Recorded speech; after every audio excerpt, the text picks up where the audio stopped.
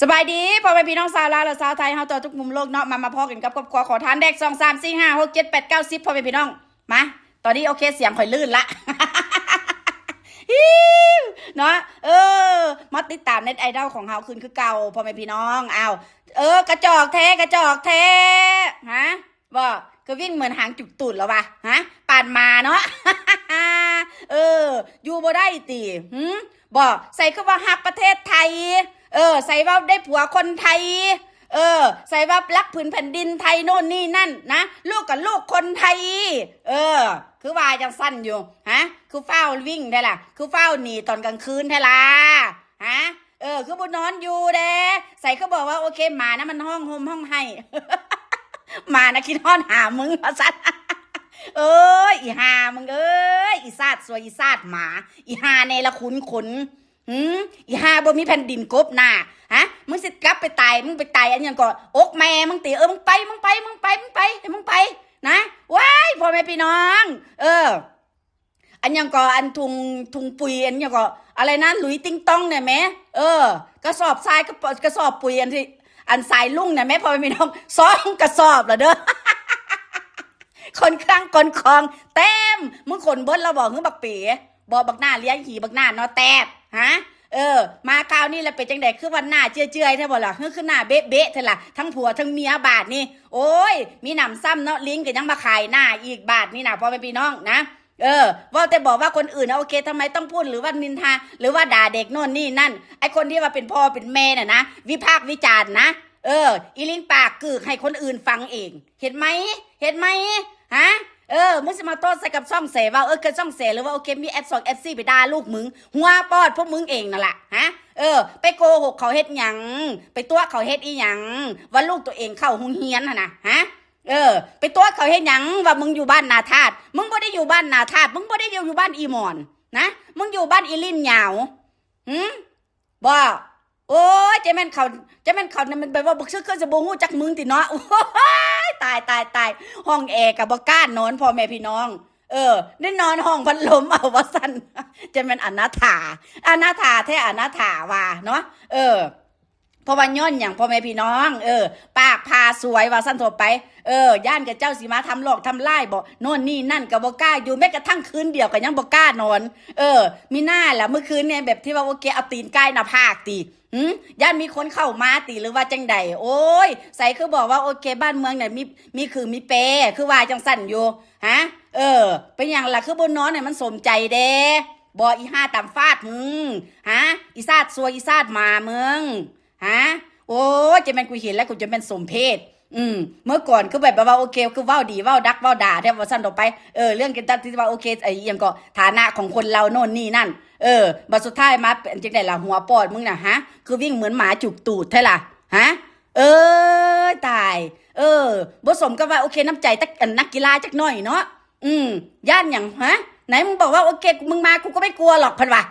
มึงเคยเว้าคำนี้บ่แม่นติคือท่าตีท่าตบท่าต่อยอยู่บ่แม่นติฮะมึงมาหน้าบ้านกูเลยมึงมาหน้าบ้านกูเลยอ่ะนะกูจะตบปากให้มึงแค่ฟันมึงล่วงไปเลยมึงคือบ่ว่ามึงคือว่าจังซี่อยู่ฮะบัดมามื้อนี้คือมันเป็นจังไดฮะอาการมันคือเปลี่ยนไป เนาะเปย์แล้วโอเคเปย์จะได้กับเปย์กับเบิ้งแต่ผู้สาวแล้วยิ้มย้อนยิ้มใหญ่แล้วเอาเบิ้งกันไปว่าสั้นซักพ่อแม่พี่น้องเพราะว่าย้อนอย่างเบิดทางละนะเบิดทางที่ว่าจะต้องแก้ไขปัญหาตัวเองจะต้องโอเคเป็นลบภัยสกลวัฒนออกไปลบภัยอยู่ประเทศลาวมันก็สิลบได้พอเท่าใดเปย์นะเพราะว่าอย่างน้อยเนี่ยนะเว้นกรรมนะมันก็วิ่งไปหามึงสิอยู่แจใดนะเว้นกรรมก็ติดตัวมึงอยู่คือเก่านะพ่อแม่พี่น้องจนอดสาว่าโอเคไปบนวานสันกาวอยู่พระธาตุโพนได้พ่อแม่พี่น้องว่าโอเคเรื่องนี้จะต้องเคลียร์แล้วนะเรื่องนี้นะโอเคขอให้มันผ่านไปประสบผลสำเร็จเด้อโน่นนี่นั่นมีเหรอพ่อแม่พี่น้องมันสิผ่านไปได้ง่ายๆนะ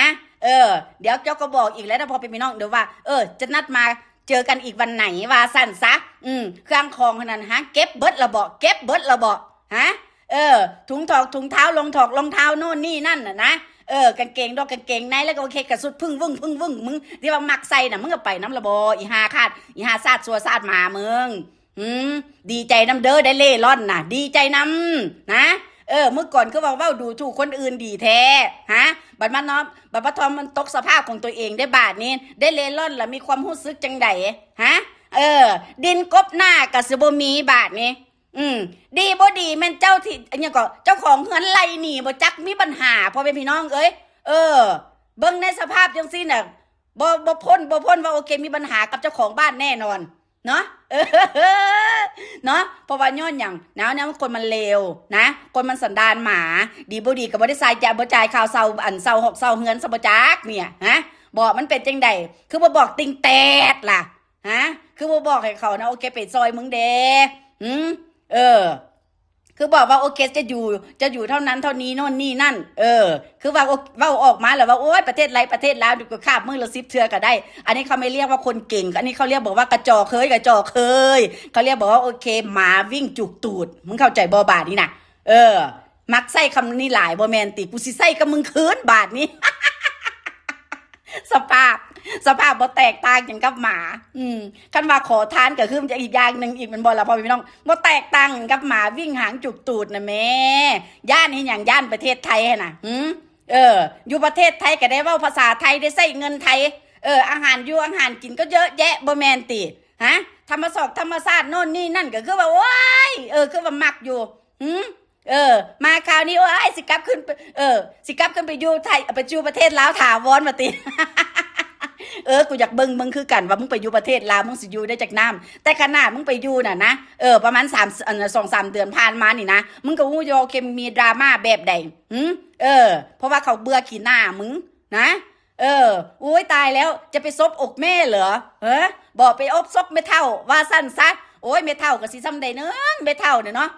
สิมีน้ำยาอย่างสิซอยเหลืออย่างพวกมึงได้กูถามมึงแดเนาะพ่อแม่พี่น้องเอ้ยเอาเท่านี้แหละเบาๆพ่อแม่พี่น้องทีแรกก็ว่าสิมาไล่สดแหละพ่อแม่พี่น้องเอ้ยกะย่าซักบ่เป็นหยังเอาคลิปแห้งไปก่อน แล้วมื้ออื่นจะค่อยจวดจ้าดคือกันคือเก่าเนาะเพราะว่าคนประเภทนี้ว่าพ่อแม่พี่น้องเบิ่งเอาแน่ๆเนี่ยนะกระจอกคือสิตายนี่บ่กล้าสู้ความจริงโดยเฉพาะมันบักปีเนาะแม่นบ่ล่ะเห็นไหมกระทั่งอีกครั้งกงนี่เก่งเป็นน้ำหน้ากล้องว้ายลองเจอกันหน้าเจอกันตรงหน้าสิมันสิเก่งบ่ล่ะฮะมันก็บ่เก่งคือกันมันก็กระจอกเนาะเฮ็ด YouTube เป็นแบบใดกลัวเข้าไปตบวาสั่นซะกลัวเข้าไปทำร้ายวาสั่นซะคันสู่กินเลือดกินเนื้อกูได้นี่นะสมากินสมาแฮนเพิ่นว่าเด้สุดท้ายมาเป็นยังไงล่ะคะทุกคนบ่จนไปแบบที่ว่าโอเคบ่ลาพี่บ่ลาน้องเลยติ